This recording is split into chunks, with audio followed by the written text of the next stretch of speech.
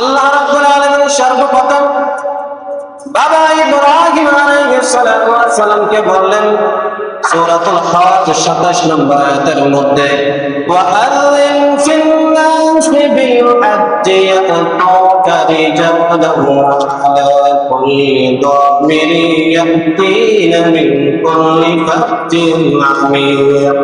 আল্লাহ রাব্বুল আলামিন ইব্রাহিম আলাইহিস সালাতু ওয়াস সালামকে বললেন ও আমার বন্ধু জানজার, আপনি মানবদের উদ্দেশ্যে গিয়া পাহাড়ের উপরে ওইটা মানবদের উদ্দেশ্যে ঘোষণা করে দেন তারা যেন হজের মধ্যে চলে আসে। বাবা ইব্রাহিম আলাইহিস সালাতু ওয়াস সালাম বললেন ও পয়গম্বর আল্লাহ, আমি যে ওই পাহাড়ের মধ্যে ওইটা ঘোষণা করে দিল, আমার কথা তো দিঘির এই পার থেকে এই পারে শোনা যায় না। আমার কথা কি এই পার থেকে এই পার পর্যন্ত শোনা যায় না। আমি যদি পাহাড়ের উপরে ঘোষণা করে দিই তাহলে কি মানুষের কানে গিয়ে পৌঁছবে? আল্লাহ রাব্বুল আলামিন বললেন ও ইব্রাহিম পয়গম্বর শোনো, আমার বন্ধু শোনো, তুমি দিঘির এই পার থেকে যদি বলো তাম পৃথিবীর মানুষের কানে কানে নিয়ে আমি তোমার ঘোষণা পৌঁছাইয়া দিব। আইসেনে আমাদের কানে আইসেনে আমাদের কানে পৌঁছাইয়া দিলেন কে? পৌঁছানোর মালিক আল্লাহ। ইব্রাহিম নবীকে বললেন ও পয়গম্বর, আপনি ওই পার থেকে যদি ঘোষণা করে দেন, আপনি ঘোষণা দেওয়ার মানে আমি আল্লাহ মানুষদের কানে কানে পৌঁছাইয়া দেওয়ার মালিক। ঘোষণা করলেন কে? আমাদের বাবা। ঘোষণা করলেন কে? আমাদের বাবা ইব্রাহিম আলাইহিস সালাতু ওয়াস সালাম। আর প্রত্যেকটা উম্মতের প্রত্যেকটা বান্দার কানে কানে পৌঁছাইয়া দিলেন কে? তাহলে হজ যদি ফরজ হয় বিলম্ব করা যাবে? বিলম্ব করা যাবে না। লিল্লাহ আল্লাহ রাব্বুল আলামিন জানিয়ে দিলেন, ওই আয়াতের মধ্যে জানিয়ে দিলেন যে তোমরা যখন হজ তোমাদের উপর ফরজ হয়ে যাবে, শারীরিক শক্তি আর্থিক যদি তোমাদের টাকা পয়সা থাকে, তোমাদের ছেলে মেয়ে আত্মীয় স্বজন আর তোমাদের বিবি বাচ্চাকে দিয়ে যদি টাকা পয়সা অল্প কিছু টাকাও না থাকে, বেশি টাকা যদি থাকে, তাহলে তোমরা হজ্জে যাইতে পারবা। এতটুকু টাকা যদি তোমাদের কাছে থাকে তাহলে তোমরা প্রতি বিলম্ব না করে তাড়াতাড়ি করে হজ আদায় করে না। কারণ হলো কোন সময় যেন মানুষ অসুস্থ হয়ে যায়, ঠিক না? অসুস্থ হয়নি, অসুস্থ হওয়ার কোনো বয়স নাই, অসুস্থ হওয়ার কোনো সময় নাই। তুমি তাড়াতাড়ি করে হজ করো, যদি না পারো তাহলে যদি না করো তাহলে কোন সময় অসুস্থ এসে যায়, কোন সময় বিপদ এসে যায়, কোন সময় তোমার প্রয়োজন হয়ে যায়, ওই টাকাটা তুমি প্রয়োজন মোতাবেক খরচ করে ফেলবা। আর ওই খরচ করার আগে আগে তুমি আমার বাইতুল্লাহ এসে তুমি খরচ করে না। নবীজি বলছেন তাড়াতাড়ি করে, মানুষের অসুস্থ হবে, প্রয়োজনীয় জিনিসটা তোমার অপ্রয়োজনীয় জিনিসটা তোমার প্রয়োজন হতে পারে, ওই টাকাটা এমন একটা বিপদ আসতে পারে, ওই টাকাটা বিপদের মধ্যে তুমি খরচ করতে পারো, এর আগে আগে হজ করার দরকার, ঠিক না? হযরত আবু হুরায়রা রাদিয়াল্লাহু তাআলা আনহু থেকে হাদিস বর্ণিত, নবীজি সাল্লাল্লাহু আলাইহি ওয়াসাল্লামকে আবু হুরায়রা প্রশ্ন করলেন, ইয়া রাসূলুল্লাহ, ইয়া হাবিবাল্লাহ, নবী গো, আমরা কি প্রতি বছর হজ করব? কয়বার? প্রতি বছর হজ করব। আমাদের উপরে কি প্রতি বছর হজ করা ফরজ? আবু হুরায়রা রাদিয়াল্লাহু তাআলা মুখে বললেন, আবু হুরায়রা, তোমার জীবনে একবার হজ করা ফরজ। من يهده الله فلا مضل له ومن يضلل فلا هادي له وأشهد أن لا إله إلا الله وحده لا شريك له لا ضد له ولا ند له ولا مثل له ولا مثل له وأشهد أن محمدا عبده الصواب الذي أرسله بالحق بشيرا ونذيرا وداعيا إلى الله بإذنه وسراجا منيرا أما بعد فقد قال الله تعالى في كلامه المجيد وفي فرقانه الحميد أعوذ بالله من الشيطان الرجيم بسم الله الرحمن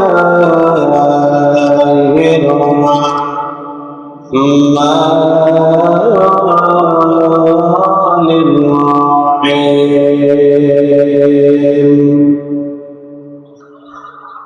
فيه آيات بينات مقام إبراهيم ومن دخله كان آمنا ولله على الناس حج البيت من استطاع إليه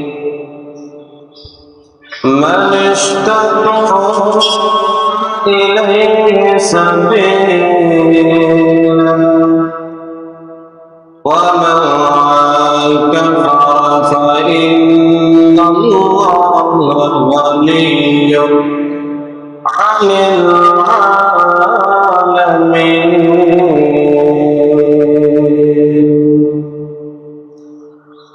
عن ابن عمر رضي الله تعالى عنهما قال رسول الله صلى الله عليه وسلم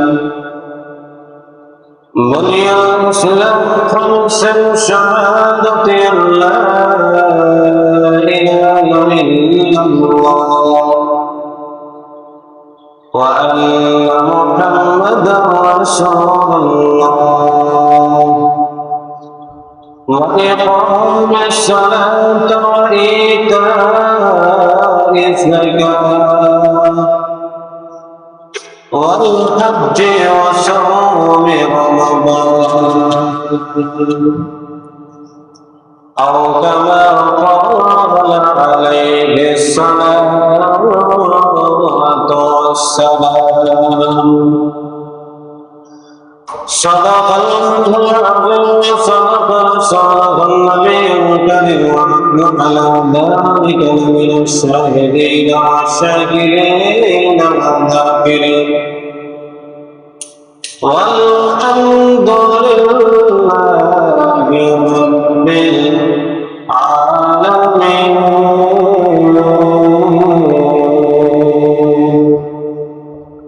إن الله وملائكته يصلون على النبي يا أيها الذين آمنوا صلوا عليه وسلموا تسليما আমরা সবাই মহব্বত উজাড় করে দুরূদ শরীফ اللهم صل على محمد وعلى آل محمد كما صليت على إبراهيم وعلى آل إبراهيم إنك حميد مجيد اللهم بارك على محمد وعلى آل محمد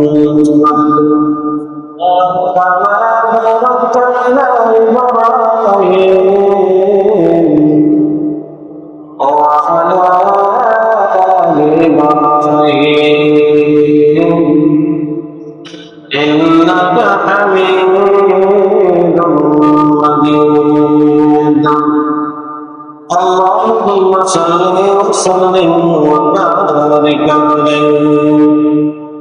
السلام عليكم ورحمة الله وبركاته. আল্লাহর দরবারে লাখ কোটি শুকরিয়া, যিনি অত্যন্ত দয়া করে, মায়া করে, মহব্বত করে আমাদেরকে সুস্থ হালাতে পৃথিবীর সর্বশ্রেষ্ঠ জায়গায় আসার এবং বসার তৌফিক দিয়েছেন। তাই আমরা অন্তরস্থল থেকে মহব্বতে দূরে সরে বলে আলহামদুলিল্লাহ। অনেকে আসে, জবান আসে, জিহ্বা আসে, মুখ আছে, সবকিছু ঠিক আছে, কিন্তু শুকরিয়া আদায় করার মতো তার তৌফিকটুকু হয়নি। ঠিক না? তৌফিক হয় না, তার জন্য সে শুকরিয়া আদায় করতে পারে না। সব কিছু আছে, মেধাশক্তি আছে, সারা দিন বডি আছে, সব কিছু আল্লাহ দান। সে মনে মনে চিন্তা করে যে আমাকে একজন বানানো আছে, এটা চিন্তা করেও সে একবারও শুকরিয়াটুকু আদায় করে না। তার মতো অত বিজ্ঞতা দুনিয়ার জমিনে, তার মতো ব্যর্থতা, তার মতো এত কপাল করে দুনিয়ার জমিনে একটাও হতে পারে। সবকিছু দিচ্ছেন কে? আল্লাহ। তারপরে তার শুকরিয়া আদায় করতে পারে। তাই আমরা সরাসরি আয়াত এবং হাদিসের মধ্যে চলে যাব। আল্লাহর নামে বিখ্যাত একজন সাহাবী, সাহাবের নাম হলো আবু যর গিফারী রাদিয়াল্লাহু তাআলা আনহু। তিনি আল্লাহর নবীকে একদিন প্রশ্ন করলেন, ইয়া রাসূলুল্লাহ, ইয়া হাবিবাল্লাহ, নবী গো, পৃথিবীর ভিতরে সর্বশ্রেষ্ঠ এবং সর্বপ্রথম ঘর কোনটা নির্মাণ করা হয়েছে, স্থাপিত করা হয়েছে, তৈরি করা হয়েছে, নির্মাণ করা হয়েছে? আল্লাহ নবী বললেন, সর্বপ্রথম যে ঘরটা নির্মাণ করা হয়েছে, যে ঘরের নাম হলো কাবা। বাইতুল্লাহ কে? সর্বপ্রথম বাইতুল্লাহ নির্মাণ করা হয়, তৈরি করা হয়। আবু যর গিফারী রাদিয়াল্লাহু তাআলা আনহু আবার নবীকে প্রশ্ন করলেন, ইয়া রাসূলুল্লাহ, হাবিবাল্লাহ, নবী গো, তারপরে কোনটা তৈরি করা হয়? তিনি বললেন, বাইতুল মুকাদ্দাস তৈরি করা। 2 নম্বর ঘরের নাম কি? বাইতুল মুকাদ্দাস। তারপরে আবার আমার নবীকে প্রশ্ন করলেন, ইয়া রাসূলুল্লাহ, ইয়া হাবিবাল্লাহ, নবী গো,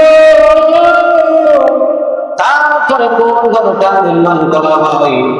তিনি বললেন, আস্তে আস্তে করে তাম পৃথিবী ঘর নির্মাণ করা শুরু করা যায়। তারপর 2টা ঘরের কথা জিজ্ঞাসা করেন, একটা হলো বাইতুল্লাহ, একটা হলো বাইতুল মুকাদ্দাস, যাকে বলা হয় মসজিদ আকসা, ফিলিস্তিনে অবস্থিত। আর একটা হলো বাইতুল্লাহ, যেটা আমরা মক্কা শরীফ বলে আমরা নাম দিয়েছি। কিসের? ওই জায়গার মধ্যে গিয়ে তওয়াফ না করলে হাজী সাহেবের হাজী হজ হয় না। ঠিক না? আল্লাহর নবীকে বললেন, ইয়া রাসূলুল্লাহ, ইয়া হাবিবাল্লাহ, নবী গো, বাইতুল আকসা, বাইতুল মুকাদ্দাস একটি না, আমার মসজিদে হারাম। বাইতুল্লাহ, ওই 2টা মসজিদের ব্যবধান, বয়সের পার্থক্য কতটুকু? আল্লাহর নবী বললেন, বয়সের দিক দিয়া বাইতুল মুকাদ্দাস আর মসজিদে হারাম 40 বছরের ব্যবধান। কয় বছর? 40 বছরের ব্যবধান। হযরত ইব্রাহিম আলাইহিস সালাতু ওয়াস সালাম থেকে লাগায়া হযরত সুলাইমান আলাইহিস সালাতু ওয়াস সালাম থেকে এই ব্যবধানটা ছিল 1000 বছরের। কয় হাজার? 1000 বছরের বলে বাইতুল্লাহকে নির্মাণ করেছে। আমরা বাইতুল্লাহ হযরত ইব্রাহিম আলাইহিস সালাতু ওয়াস সালাম নির্মাণ করেছে, আর মসজিদে আকসা ওইটা নির্মাণ করেছে সুলাইমান আলাইহিস সালাতু ওয়াস সালাম। বলে 1000 বছরের মধ্যে নির্মাণ করা হয়েছে। পার্থক্য তাদের 1 বছরের ছিল, 1000 বছরের ছিল, কিন্তু তাদের মধ্যে 40 বছর হইল কিভাবে? বলে 40 বছর হয়েছে। মুফাসসিরিন কেরাম ব্যাখ্যা দিয়েছেন, হাদিসের মধ্যে ব্যাখ্যা দিয়ে বলেছেন, সর্বপ্রথম ওই 2টা ঘর নির্মাণ করা হয়েছে, নির্মাণ করেছেন বাবা আদম আলাইহিস সালাতু ওয়াস সালামকে দেওয়া। সর্বপ্রথম মানব। সর্বপ্রথম কি? সর্বপ্রথম মানব ছিলেন, সর্বপ্রথম দুনিয়ার জমিনে সর্বপ্রথম নবী ছিলেন হযরত আদম আলাইহিস সালাম। উনিকে দিয়ে কাবা ঘর নির্মাণ করাইলেন। পুনরায় আবার যখন নির্মাণের কাজ শুরু করবেন, পুনরায় আবার নির্মাণ করাইছেন হযরত ইব্রাহিম আলাইহিস সালামকে দিয়ে এবং হযরত ইসমাঈল আলাইহিস সালামকে দিয়ে, বাবা আর পুত্রকে দিয়ে আবার পুনরায় ভাবে আল্লাহ তাআলা নির্মাণ করাইলেন। কি করাইলেন? নির্মাণ করেন। বাবা ছেলে যখন নির্মাণ করেছে, ওই নির্মাণ করার পরে ইব্রাহিম আলাইহিস সালামের বংশধর একজন নবীর নাম ছিলেন ইয়াকুব। কি ছিলেন? ইয়াকুব আলাইহিস সালাম।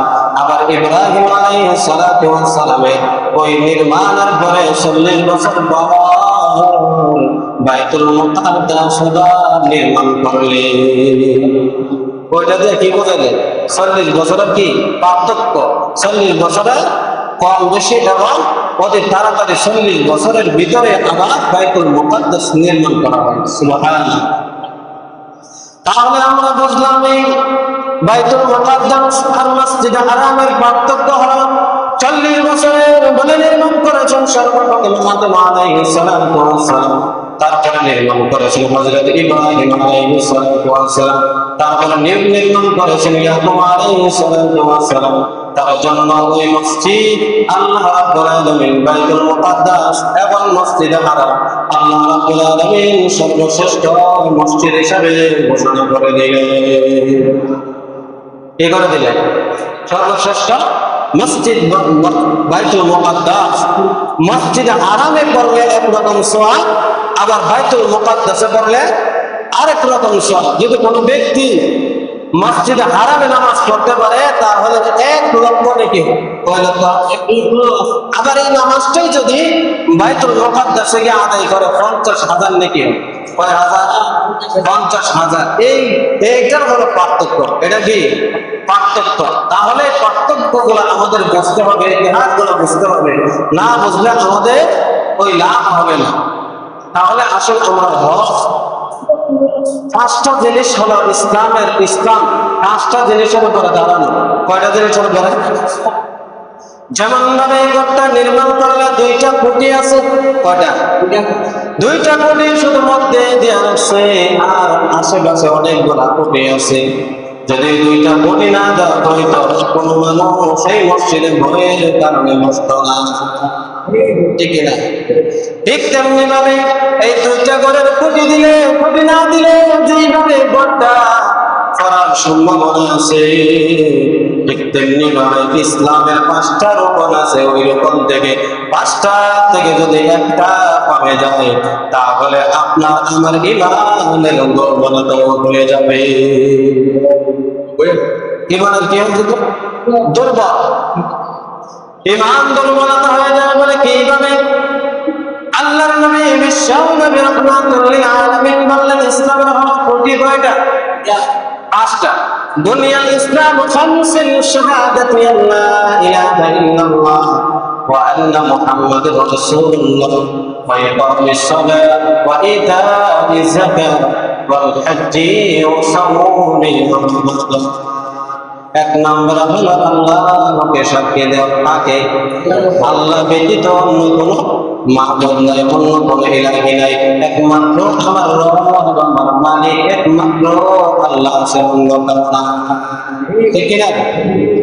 2 নম্বর হলো ওয়া আন্না মুহাম্মাদুর রাসূলুল্লাহ, আল্লাহ পক্ষ থেকে তার রাসূলকে প্রেরণ করেছেন, রাসূলের উপরে আমাদের ঈমান আনতে হবে। তারপরে যদি আমরা রাসূলের উপরে ঈমান না আনি আমাদের ঈমান থাকবে না। শেষ নবীও যদি না মানি আমাদের ঈমান থাকবে না। তাহলে আমরা নবী মানে এমনকি আমরা শেষ নবীও মানতে রাজি। ঠিক না? আমরা বিশ্বাস করি আমাদের নবী কি নবী? শেষ নবী। এরপরে আর কোন নবী আছে? যারা না মানে তার নাম হলো কাদিয়ানী, তারা বেঈমান। ঠিক না? তারা কখনো মুসলমান হতে পারে না। আলা খাতামুন নবিয়্যিন লা নবিয়্যা বাদি, নবী বলেছেন আমি হলাম শেষ নবী, আমার পরে কোনো নবী নাই। তাহলে 2 নম্বর নবীর উপরে বিশ্বাস রাখতে হবে, ঈমান রাখতে হবে। 3 নম্বর ওয়া ইকামিস সালাত, তাহলে আমাদের সালাতগুলো কায়েম করতে হবে। কি কায়েম করতে হবে? কয় ওয়াক্ত? 5 ওয়াক্ত নামাজ পড়তে হবে। 3 ওয়াক্ত নামাজ পড়লে হবে না, 4 ওয়াক্ত পড়লে হবে না। 5 ওয়াক্ত বাধ্যতামূলক মুসলমান ইমানদারদের উপর ফরজ করা হয়েছে। কয়দিন? প্রতিদিন। কয়দিন? প্রতিদিন কয় ওয়াক্ত? না শুধু শুক্রবারে, শুধু জুম্মার বারে। শুধু জুম্মার বারে নামাজ পড়লে মুসলমান হওয়া যায় না। 5 ওয়াক্ত মুসলমান যদি হবে, 5 ওয়াক্ত নামাজ পড়তে হবে, জুম্মার নামাজ পড়তে হবে, প্রত্যেকটা নামাজ আদায় করতে হবে। তাহলে আপনি মুসলমান পাশাপাশি ইমানদার হয়ে যাবে। কি হয়ে যাবে? ইকামিস সালাত ওয়া ইতাউজ যাকাত, আর যাকাত প্রদান করতে হবে। প্রতি রমজান মাসে বছরে যদি একবার আপনার জন্য যাকাত আসে, ওই যাকাত আদায় করা আপনার উপরে ফরজ। বছরে কয়বার? একবার। বছরে কয়বার? একবার। শুধু রমজান মাসের কথা বলা হয় নাই, বছর হয়ে গেছে আপনি যাকাত প্রদান করবেন গরিব অসহায়দের মাঝে। 4 নম্বর হলো ওয়াল হজ্জ, 4 নম্বর হলো হজ। 4 নম্বর কি? হজ। হজের বছর আসলে, হজের মৌসুম আসলে আমরা হজ করা। কি করা? হজ করা। আল্লাহ রাব্বুল আলামিন সূরাতুল আল-ইমরানের 97 নম্বর আয়াতের মধ্যে জানায় দিলেন, ফীহি আয়াতুন বাইয়িনাতুন মাকামু ইব্রাহিম, ওই জায়গার মধ্যে তোমাদের জন্য নিদর্শনমূলক জায়গা রয়েছে। ওই জায়গার নাম হলো মাকামে ইব্রাহিম। কি রয়েছে? মাকামে ইব্রাহিম মক্কা শরীফের মধ্যে আছে, বাইতুল্লাহর আশেপাশে ওই মাকামে ইব্রাহিম আছে। ওই মাকামে ইব্রাহিমের মধ্যে গিয়া যদি বসতে পারো, আল্লাহ বলেন ওই জায়গাটা পৃথিবীর মধ্যে নিরাপদ জায়গা। সে যেন নিরাপত্তা লাভ করলো। মাকাম ইব্রাহিম মান দাখালাহু কানা আমিনা, ওই জায়গার মধ্যে সে প্রবেশ করলো আর সে যেন নিরাপত্তা লাভ করে নিল, নিরাপত্তায় সে প্রবেশ করে নিল। সুবহানাল্লাহ। সে কি গেল? নিরাপত্তা প্রবেশ করে নিল। মাকাম ইব্রাহিম মান দাখালাহু কানা আমিনা ওয়ালিল্লাহি আলান-নাস হিজ্জুল বাইতি মান ইসতাতা ইলাইহি সাবিলা। আর যাদের ধন সম্পদ রয়েছে, আর্থিক রয়েছে, টাকা রয়েছে, আর শারীরিক শক্তি রয়েছে, তাদের উপরে ঘোষণা করে দিয়ে আল্লাহ তোমাদের উপর হজ ফরজ করা হয়েছে। হজ কি হয়েছে? হজ করা হয়েছে। বাইতুল্লাহ আসার পরে তোমাদের হজ ফরজ করা হয়েছে। তারপরে জানিয়ে দিলেন মাকাম ইব্রাহিম মান দাখালাহু কানা আমিনা ওয়ালিল্লাহি আলান-নাস হিজ্জুল বাইতি মান ইসতাতা ইলাইহি সাবিলা ওয়া মান কাফারা ফাইন্নাল্লাহা গনিয়্যুন আনিল আলামিন। আল্লাহ বলেন, হে বান্দারা শোনো, আমি হজ দিয়েছি তোমাদের উপর ফরজ করে। তোমরা যদি অস্বীকার করো, কুফর করো, তাহলে আমি আল্লাহ রাব্বুল আলামিন সৃষ্টিকুলের মুতাবিক কি নয়, তোমরা অবশ্যই অবশ্যই তার জবাবদিহিতা করতে হবে। ঠিক কিনা? আল্লাহ কি কারো কাছে কিছু চায়? টাকা পয়সা ধন সম্পদ চায়? আল্লাহ তো, আল্লাহর কাছে আমরা চাই আল্লাহ আমাদেরকে দেন। ঠিক না? দেন কে? আল্লাহ দেন। আল্লাহ কারো কাছে কোনো কিছু চান না। আল্লাহ নিজেই বলেন কারো মোতাবেক কি, সৃষ্টি করলেন কারো মোতাবেক কি আমি আল্লাহ নয়। আল্লাহ রাব্বুল আলামিন সর্বপ্রথম বাবা ইব্রাহিম আলাইহিস সালাতু ওয়াস সালামকে বললেন সূরাতুল হজ 27 নম্বর আয়াতের মধ্যে, ওয়াআযিন ফিন নাসি বিল হাজ্জি ইয়াতুকা রিজালান ওয়া কুল্লি দামিরি ইয়াতিনা মিন কুল্লি ফাজ্জিন আমীর। আল্লাহ রাব্বুল আলামিন ইব্রাহিম আলাইহিস সালাতু ওয়াস সালামকে বললেন, ও আমার বন্ধু আপনি মানবদের উদ্দেশ্যে গিয়া পাহাড়ের উপরে ওইটা মানবদের উদ্দেশ্যে ঘোষণা করে দেন তারা যেন হজের মধ্যে চলে আসে। বাবা ইব্রাহিম আলাইহিস সালাতু ওয়াস সালাম বললেন, ও পয়গম্বর আল্লাহ, আমি যে ওই পাহাড়ের মধ্যে ওইটা ঘোষণা করে দিল, আমার কথা তো দিঘির এই পার থেকে এই পারে শোনা যায় না। আমার কথা কি এই পার থেকে এই পার পর্যন্ত শোনা যায় না। আমি যদি পাহাড়ের উপরে ঘোষণা করে দিই তাহলে কি মানুষের কানে গিয়ে পৌঁছবে? আল্লাহ রাব্বুল আলামিন বললেন, ও ইব্রাহিম পয়গম্বর শোনো, আমার বান্দা শোনো, তুমি দিঘির এই পার থেকে যদি বলো, তাম পৃথিবীর মানুষের কানে কানে নিয়ে আমি তোমার ঘোষণা পৌঁছাইয়া দিব। আইসে নে আমাদের কানে, আইসে নে আমাদের কানে পৌঁছাইয়া দিলেন কে? পৌঁছানোর মালিক আল্লাহ। ইব্রাহিম নবীকে বললেন, ও পয়গম্বর, আপনি ওই পার থেকে যদি ঘোষণা করে দেন, আপনি ঘোষণা দেওয়ার মানে আমি আল্লাহ মানুষদের কানে কানে পৌঁছাই দেওয়ার মালিক। ঘোষণা করলেন কে? আমাদের বাবা। ঘোষণা করলেন কে? আমাদের বাবা ইব্রাহিম আলাইহিস সালাতু ওয়াস সালাম। আর প্রত্যেকটা উম্মতের প্রত্যেকটা বান্দার কানে কানে পৌঁছায় দিলেন কে? তাহলে হজ যদি ফরজ হয় বিলম্ব করা যাবে? বিলম্ব করা যাবে না। লিল্লাহ আল্লাহ রাব্বুল আলামিন জানিয়ে দিলেন, ওই আয়াতের মধ্যে জানিয়ে দিলেন যে তোমরা যখন হজ তোমাদের উপর ফরজ হয়ে যাবে, শারীরিক শক্তি, আর্থিক যদি তোমাদের টাকা পয়সা থাকে, তোমাদের ছেলে মেয়ে আত্মীয় স্বজন আর তোমাদের বিবি বাচ্চাকে দিয়ে যদি টাকা পয়সা অল্প কিছু টাকাও না থাকে, বেশি টাকা যদি থাকে, তাহলে তোমরা হজ্জে যাইতে পারবা। এতটুকু টাকা যদি তোমাদের কাছে থাকে, তাহলে তোমরা প্রতি বিলম্ব না করে তাড়াতাড়ি করে হজ আদায় করে না। কারণ হলো কোন সময় যেন মানুষ অসুস্থ হয়ে যায়, ঠিক না? অসুস্থ হয়নি, অসুস্থ হওয়ার কোনো বয়স নাই, অসুস্থ হওয়ার কোনো সময় নাই। তুমি তাড়াতাড়ি করে হজ করো, যদি না পারো তাহলে, যদি না করো তাহলে কোন সময় অসুস্থ এসে যায়, কোন সময় বিপদ এসে যায়, কোন সময় তোমার প্রয়োজন হয়ে যায়, ওই টাকাটা তুমি প্রয়োজন মোতাবেক খরচ করে ফেলবা।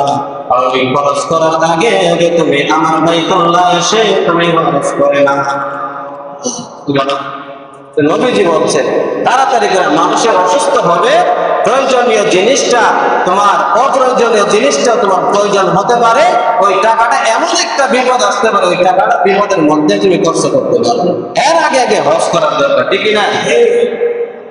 হযরত আবু হুরায়রা রাদিয়াল্লাহু তাআলা আনহু থেকে হাদিস বর্ণিত, নবীজি সাল্লাল্লাহু আলাইহি ওয়াসাল্লামকে আবু হুরায়রা প্রশ্ন করলেন, ইয়া রাসূলুল্লাহ, ইয়া হাবিবাল্লাহ, নবী গো,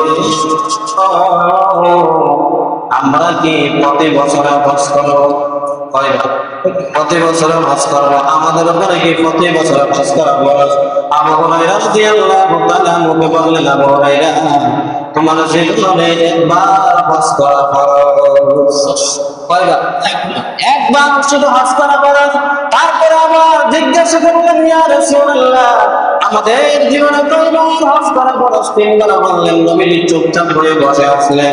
ওই আবু হুরায়রাকে জিজ্ঞাসা করেন, আবু হুরায়রা, আমি তুমি তিনবার জিজ্ঞাসা করছি, তারপরে চোখ দেখলাম, জানো আমি যদি বলতাম তোমাদের উপর হজ করো, তাহলে প্রতি বছরই তোমাদের জন্য হজ করা ওয়াজিব হয়ে যাইত, তাহলে তোমাদের জন্য কষ্টকর হয়ে যাইত, ঠিক না? তাহলে নবী বলছেন, এই হাদিসের মধ্যে আছে, আবু হুরায়রা, আমি যেটা বলবো তোমরা ওইটা আদায় করবা। অন্য নবীর উম্মতরা বেশি প্রশ্ন করার কারণে বেশি আল্লাহর কাছে লাঞ্ছনা বঞ্চনা পেয়েছে। বেশি প্রশ্ন করা যাবে না, যেটা বলছে এটার উপরে আমল করবা। আমি নবী যেটা বলবো আমল করার কথা, ওইটা তোমরা আমল করবা, আর আমি যেটা থেকে নিষেধ করবো ওইটা তোমরা নিষেধ অনুযায়ী চলবা, ঠিক না? তারপরে আবার একজন সাহাবী রাসূলকে প্রশ্ন করলেন, ইয়া রাসূলুল্লাহ, ইয়া হাবিবাল্লাহ, নবী গো, প্রতি বছর কি আমরা হজ করা আমাদের উপর কি? বলে, জীবনে একবার হজ করা ফরজ, আর যতবার করবা ততবার তোমাদের উপর নফল হয়ে যাবে। নফল কি? আমি বলি প্রতি বছরে হজের আগে একবার যেহেতু হজ আদায় করছেন, আপনার আত্মীয় স্বজন গরিব অসহায় মানুষদেরকে ওই টাকাটা দিয়ে দিলে হচ্ছে কি 1000 গুণ সওয়াব বেশি হইব। ঠিক না? একবার তো হজ আদায় করেছেন, আমার দরকারটা কি নফল? যদি টাকা পয়সা থাকে গরিব অসহায় মানুষদেরকে দিয়ে দেন, ওইটা আপনার ওই নফল থেকে 1000 গুণে আপনার জন্য ভালো হবে। সদকায়ে জারিয়া কি মসজিদে দিয়া দেন, মাদ্রাসায় দিয়া দেন, রাস্তাঘাট বানানোর জন্য ওটা সহযোগিতা করেন, রাস্তার পাশে টিউবওয়েল বসায় দেন, অজুখানা নাই অজুখানা একটা বানায় দেন, গাটলা নাই গাটলা একটা বানায় দেন। ঠিকই না? এটা অনেক উপকার আসবে ইনশাআল্লাহ। তারপরে হজ করলে কি লাভ হবে, কি ফায়দা হবে? আল্লাহ নবী বললেন, যা হজ করবে হজের মধ্যে গিয়ে যারা অশ্লীলতা ছড়াবে না, অশ্লীলতা করবে না, গালাগালি করবে না, আল্লাহ নবী বললেন হজ করতে দেরি ওই কাজগুলো মেনে যদি হজ করতে পারে তার সমস্ত জিন্দেগির গুনাহ আল্লাহ মাফ করে দেন। কি করলে? হজ করলে কি করলে? হজ করলে তার সমস্ত জিন্দেগির গুনাহ মাফ করে দেন। আর এক হাদিসের মধ্যে আছে, ইয়া রাসূলুল্লাহ ইয়া হাবিবাল্লাহ, নবী গো হজ করলে কি ফায়দা? বলে হজ করলে এমন ফায়দা জানো, বলে হজ করলে মান গর্ভের থেকে একটি মানুষ যেভাবে নিষ্পাপ হয়ে আসে, এমন ভাবে হজ করলে দেশে ওইভাবে মানুষটা ফিরে আসে। কি অবস্থা? নিঃসন্দেহে যদি সুদের ব্যবসা ঘুষের ব্যবসা থাকে, নিয়ত করেন জ্ঞাপন আল্লাহ আমারে মাফ করে দেন। চাচারা জিজ্ঞাসা করে আপনারা দোয়া করেন, বাড়ির মধ্যে তো সুদের ব্যবসা আছে, ঘুষের ব্যবসা আছে, দোয়া করতেছেন মুসলমানের দেশে গিয়ে সুদের ব্যবসা ঘুষের ব্যবসা করতেন না, সুদের ব্যবসা সারতাম না, দোয়া করতেছে আমার ব্যবসা না যেন আল্লাহ। এরকম আছে ব্যবসা কি ভালো? আল্লাহ কয় কিছু কিছু মানুষের হারাম উদ্দেশ্য আমি কবুল করে নেই, যেমন ভাবে ফেরাউনের কবুল করছিলাম। তার কবুল করছিল ফেরাউনে কিছু কিছু মানুষের দুনিয়ার জমিনে সবকিছু দিয়ে দেয়, আখেরাতে সবকিছু হারায় ফেলে। এই আখেরাতে কি সবকিছু হারিয়ে ফেলে। ফেরাউন দুনিয়ার জমিনে আল্লাহর কাছে দোয়া করছিল, আল্লাহ দুনিয়া সবকিছু দিও, আখেরাতে আপনার কাছে আর চাইতাম না, দুনিয়াতে আমাকে রব বানায় দাও। আল্লাহ বলেন যা যা আমি তোকে রব বানায় দিলাম, দুনিয়াতে আর কি চাস? বলে ক্ষমতা চাই। বলে কত বছর? বলে 400 বছরের। যা যা তোকে 400 বছরের ক্ষমতা দিয়ে দিলাম। বলে আর কি চাস? বলে আমার জীবনে যেন অসুস্থ না হয়। হাদিস শরীফের মধ্যে আসছে, ইতিহাসের মধ্যে আসছে 400 বছরের ভিতরে তার জ্বর ঠান্ডা কাশি বলতে কিছুই ছিল না। কয় বছর? 400 বছর। কয় বছর? 400 বছরের ভিতরে জ্বর ঠান্ডা কাশি সর্দি কাশি দেখেই নাই। কারণ হলো আল্লাহ বলেন তোর দোয়া কবুল করে নিলাম, কিন্তু কিয়ামতের ময়দানের থেকে মৃত্যুর পর থেকে তোর আযাব আমি আল্লাহ শুরু করে দিব। এমন কিছু মানুষ আছে আরো কাজের দোয়া চায়, আছে না নাই? আরো কাজের দোয়া চায়, আল্লাহ বলেন যা তোর হারাম কাজ দুনিয়াতেই দিলাম, তোকে দুনিয়াতে কোটি কোটি টাকার মালিক বানায় দিলাম, ধন সম্পদের মালিক বানায় দিলাম, দুনিয়া থেকে তোর সুস্থ রাখলাম, কিন্তু মরার পর থেকে তোর আযাব শুরু করে দিব। ঠিক না? আছে না নাই? কারণ কি মাটির তলায় উঠবে, মাটির তলায় উঠবে, উপরে এখনো আছে কত বছর? বলে মুসা আলাইহিস সালাতু ওয়াস সালামের জামানার থেকে আমার নবী পর্যন্ত 3500 বছর পার্থক্য ছিল। কয় বছর? 3500 বছর। আর এর মধ্যে 1500 বছর। কত বছর হয়েছে? কয় বছর? 5000 বছর। কয় বছর? 5000 বছরের ভিতরে এখনো আপনার লাশটা অজ্ঞাত অবস্থায় আছে। আছে না নাই? আছে। আল্লাহ পারেনি, আল্লাহ পারেনি। দুনিয়ার কোন বিজ্ঞান, দুনিয়ার কোন ডাক্তার, দুনিয়ার কোন কবিরাজ এত বছর কি 5 বছরে রাখা সম্ভব না। কিন্তু আল্লাহ এমন মেডিসিন মেরে দিয়েছে কিয়ামত পর্যন্ত তার লাশ উপরে থাকবো, মাটির নিচে আছে। এমন হলে লাশ হচ্ছে বললে একদিনেই গন্ধ মেরে দিচ্ছে, তাড়াতাড়ি কাপড়ের ব্যবস্থা করা। আছে না নাই? একদিন রাখতে হলে তাড়াতাড়ি ফিরিসটা হইয়া, আছে না নাই? বরফে ফিরে জানার জন্য। কিন্তু এই লাশটা হাজার হাজার বছর, কত ডাক্তার কবিরাজ কত কিছু দিয়ে রিচার্জ করে, একদিক দিয়ে রিচার্জ করতেছে, আরেক দিক দিয়ে মুসলমান হইয়া বাহির হইতেছে। কারণ হলো এটা দুনিয়ার কোন মানুষের হাত না, এটা আমার মালিকের হাত। কার হাত? মালিকের হাত, মালিকে কিভাবে রাখবেন মালিকই ভালো জানেন। কিন্তু কোন ডাক্তার কবিরাজের কোন ক্ষমতা নাই এটা রিসার্চ করে বাহির করার জন্য, ঠিক না? আল্লাহ চাইলে পারেন কিনা? পারেন। তাহলে আমরা হজের আরেকটা বিষয় জেনে নেই। হজ করবো যদি তৌফিক হয়, কি হয়? তৌফিক হয়। আল্লাহ বলেন যে চুরি করে হজ করো, কইছে বাটপারি করে, সিটারি করে, সুদের উপর টিহা লাগাইয়া, ঘুষ খাইয়া, এগুলা করে কইছিল হজ করতে। টাকা যদি হালাল হয়, টাকা যদি কি হয়? পিওর হয়, টাকা যদি লিগ্যাল হয়, ওই টাকা দ্বারা তোমরা হজ করো, হজ করতে দেরি, কবুল হইতে দেরি হবে।